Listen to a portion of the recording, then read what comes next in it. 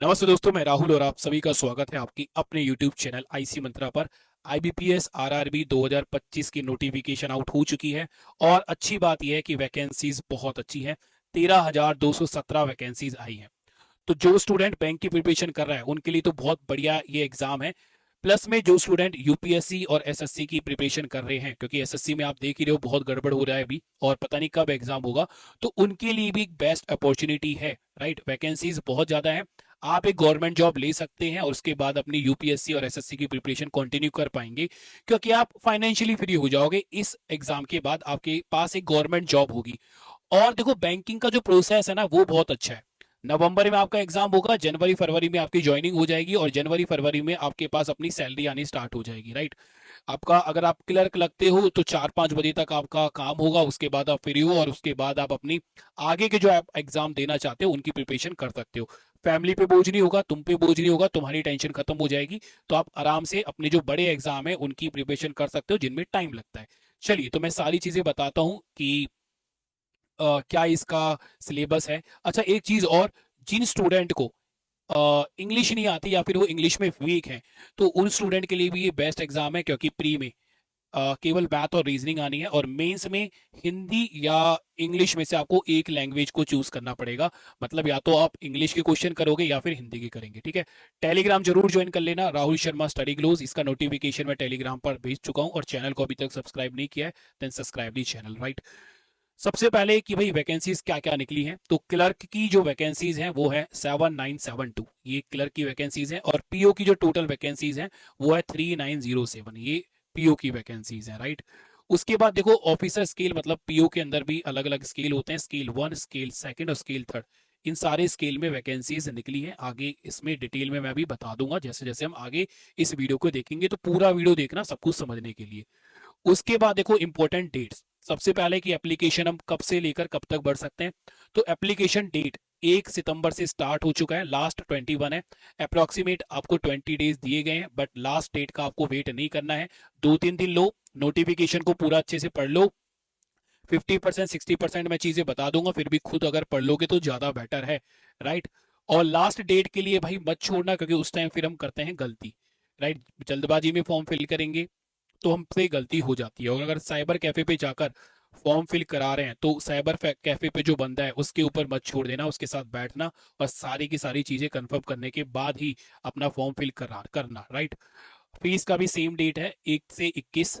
और अगर आप कोई गलती कर देते हो फॉर्म फिल करने में तो उसके लिए भी भाई आपको मॉडिफाई विंडो ओपन होगी, बट कब होगी ये अभी नहीं बताया, बट एक चांस आपको मिल जाएगा। बट क्यों चांस लेना, आराम से फॉर्म फिल करो। वो गलती तभी होगी जब आप लास्ट डेट में या जल्दबाजी में फॉर्म को फिल करेंगे। राइट, उसके बाद देखो कंडक्ट ऑफ प्री एग्जाम, जो प्री का एग्जाम है वो नवंबर नवंबर में आपका एग्जाम हो जाएगा।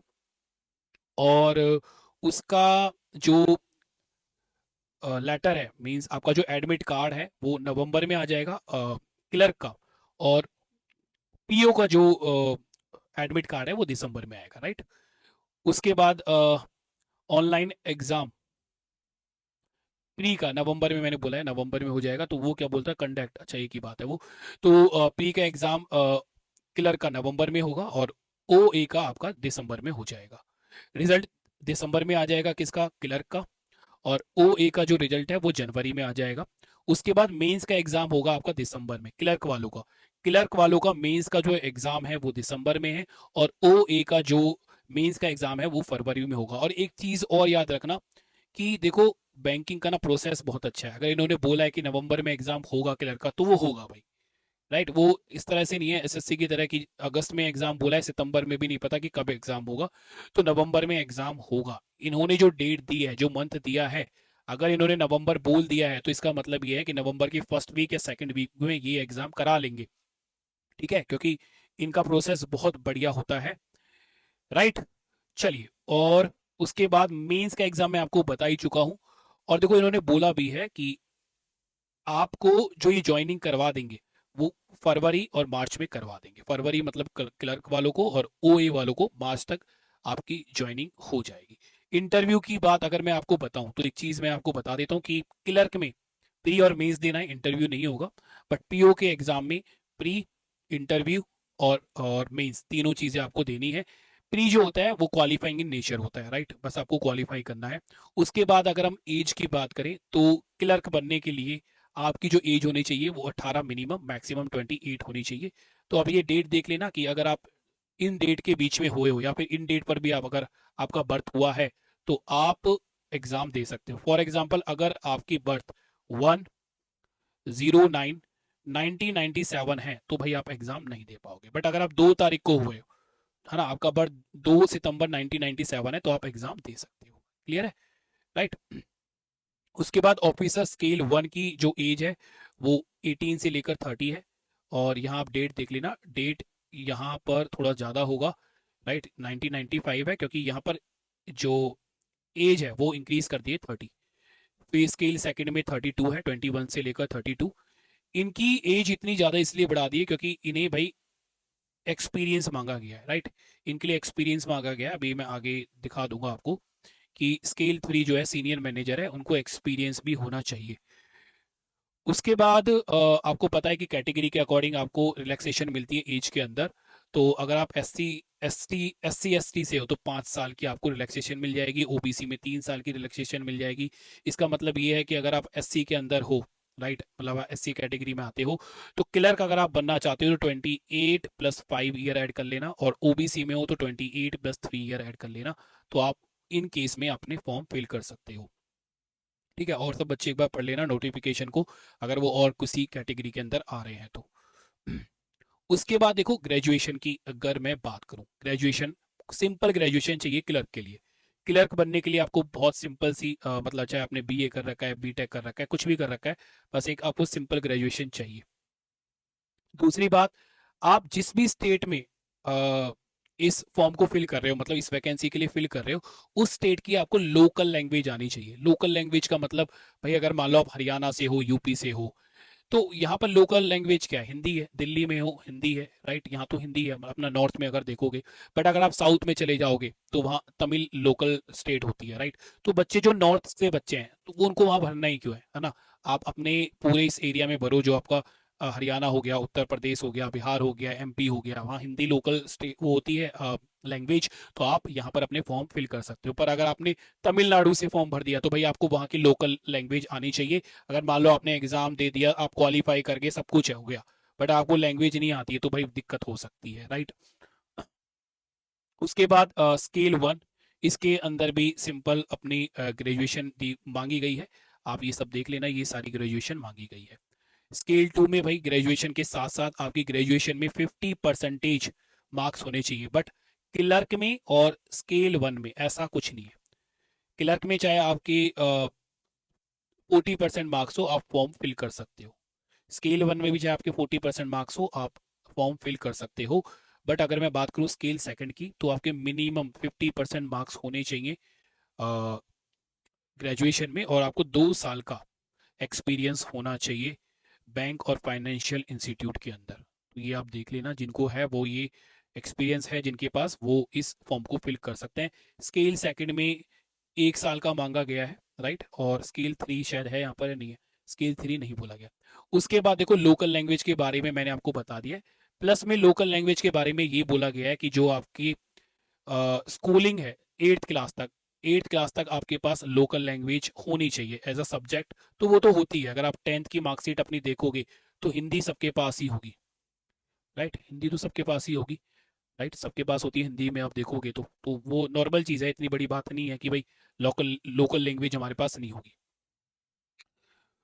उसके बाद देखो प्री का जो ऑनलाइन एग्जाम है उसमें एक बार देख लो क्या क्या चीज आना है। मैंने आपको बता ही दिया था कि रीजनिंग और मैथ आना है बस। 40 क्वेश्चन रीजनिंग के आएंगे और 40 क्वेश्चन मैथ्स के आएंगे, टोटल 80 क्वेश्चन, 80 मार्क्स।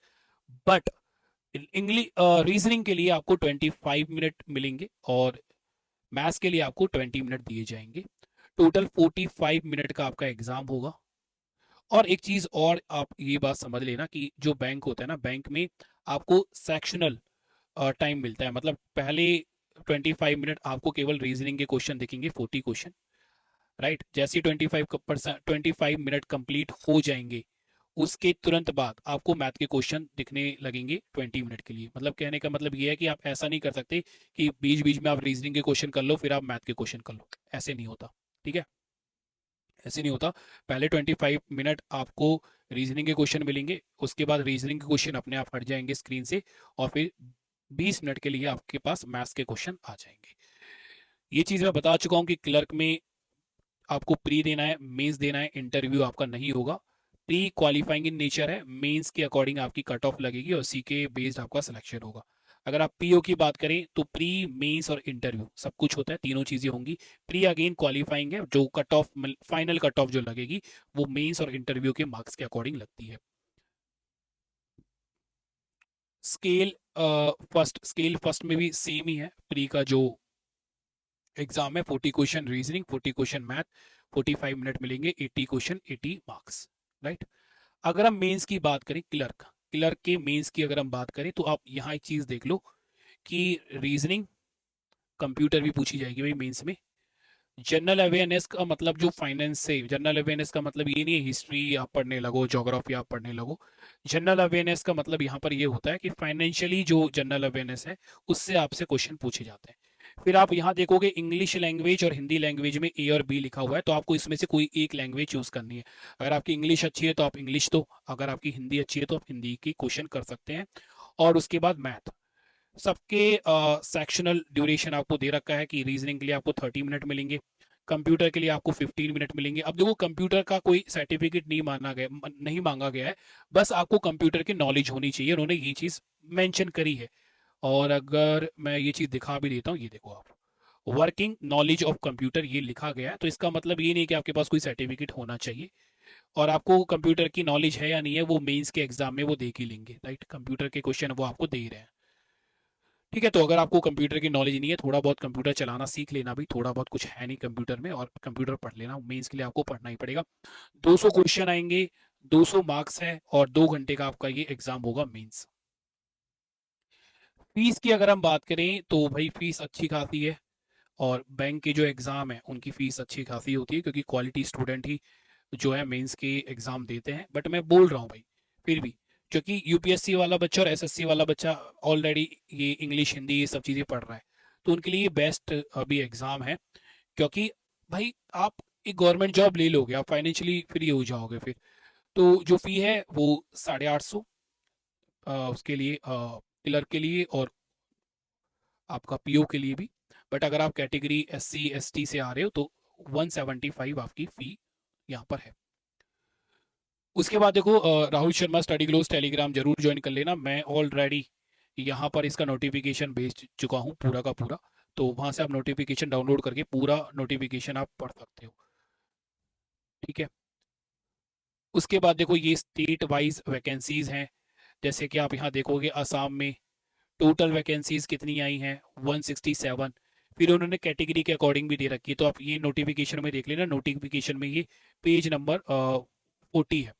तो इन्होंने क्लर्क की कितनी वैकेंसीज आई हैं, scale 1, scale 2, scale 3, state wise भी सारी वैकेंसीज दे रखी हैं। सबसे ज़्यादा वैकेंसीज कहाँ होंगी भाई, वो आप देख लेना, मैंने सही में देखा नहीं। यहाँ तो अभी 800 ही दिख रही है मुझे, उत्तर प्रदेश में हो सकता है कि सबसे ज़्यादा वैकेंसीज हो।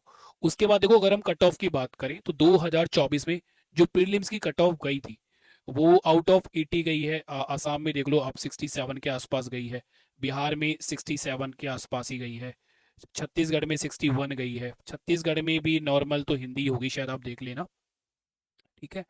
गुजरात में 67 है, हरियाणा में भाई अच्छी खासी गई है आउट ऑफ 80, हरियाणा में और यूपी में सही में कंपटीशन है। हिमाचल प्रदेश में भी अच्छी गई है, और जम्मू एंड कश्मीर में।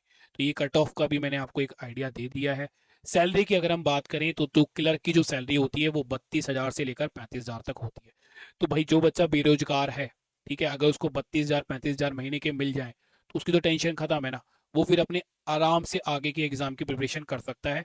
अगर आप पीओ लग जाते हो तो आपकी जो सैलरी होगी वो 55,000 से लेकर 65,000 तक आपकी सैलरी मिल जाएगी आपको।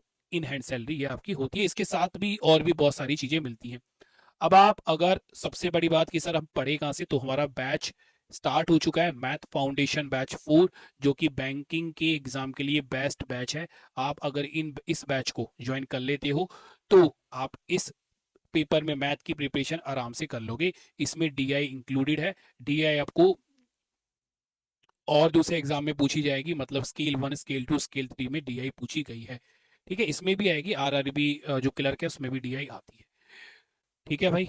और जो बच्चे यूपीएससी सीसेट की प्रिपरेशन कर रहे हैं वो हमारा यूपीएससी सीसेट का बैच भी ज्वाइन कर सकते हैं, बैच नंबर 6।